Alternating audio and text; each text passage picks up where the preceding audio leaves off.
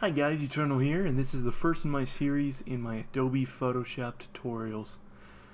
So I wanted to start off easy and something that anybody can do, and this is it. If you couldn't tell already, what we're going to be doing is we're going to change some of the colors, change the tone of the image, that kind of stuff.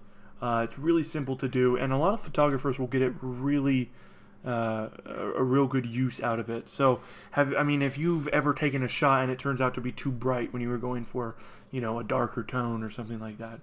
So this project file you can actually download from the link below, so that way you can follow along exactly.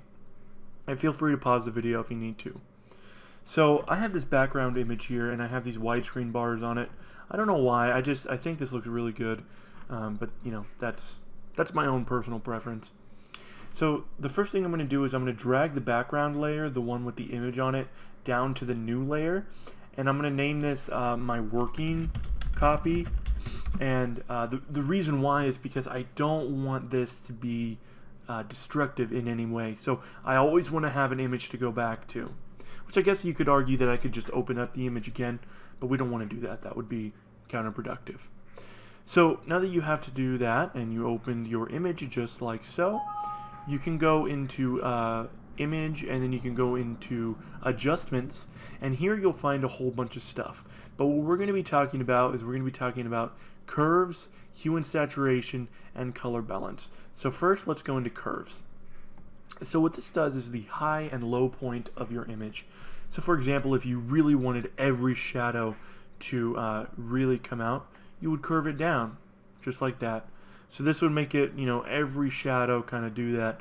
And if you really wanted like the darker ones to show besides this one here, you could do so just like that.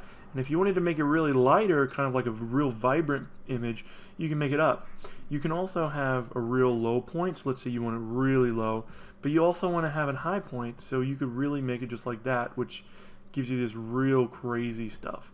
So I'm going to hit cancel because I'm not going to do anything like that, because I'm pretty happy with how the shadows are by itself. So under image adjustments, again, what we're going to do is go down to hue and saturation. Now what this does is it kind of changes the color or the hue of the image. So if I'm going to hit colorize, it gives us image that we can work with there. So we can also edit the master, which kind of changes everything on a more global scale.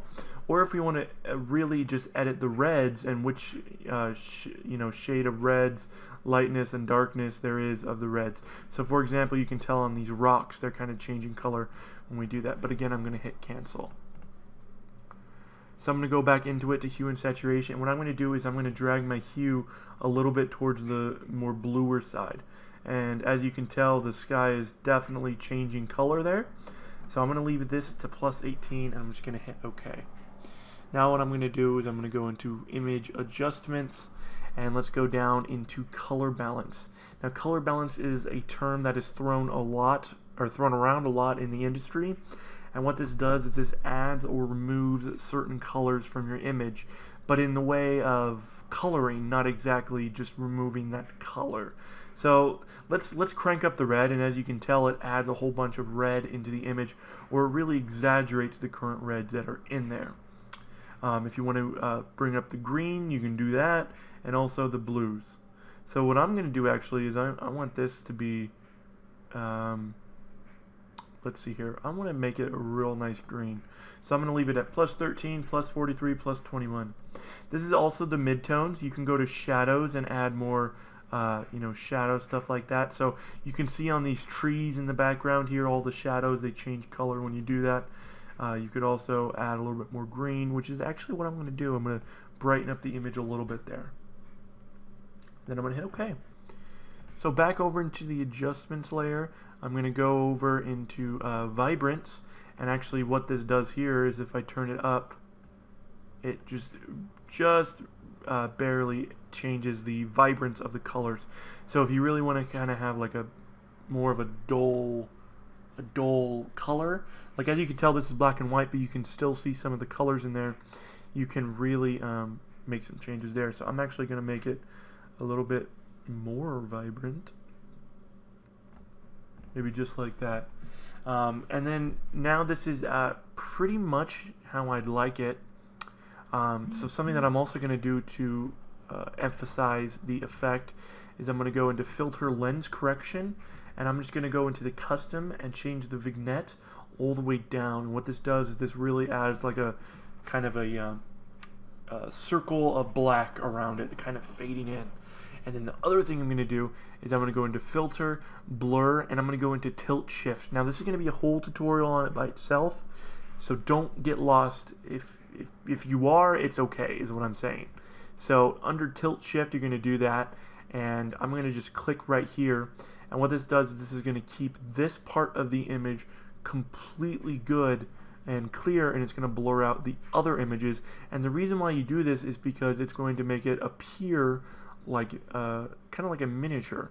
So what we would do is kind of go something like that, as well as move this down and just hit OK.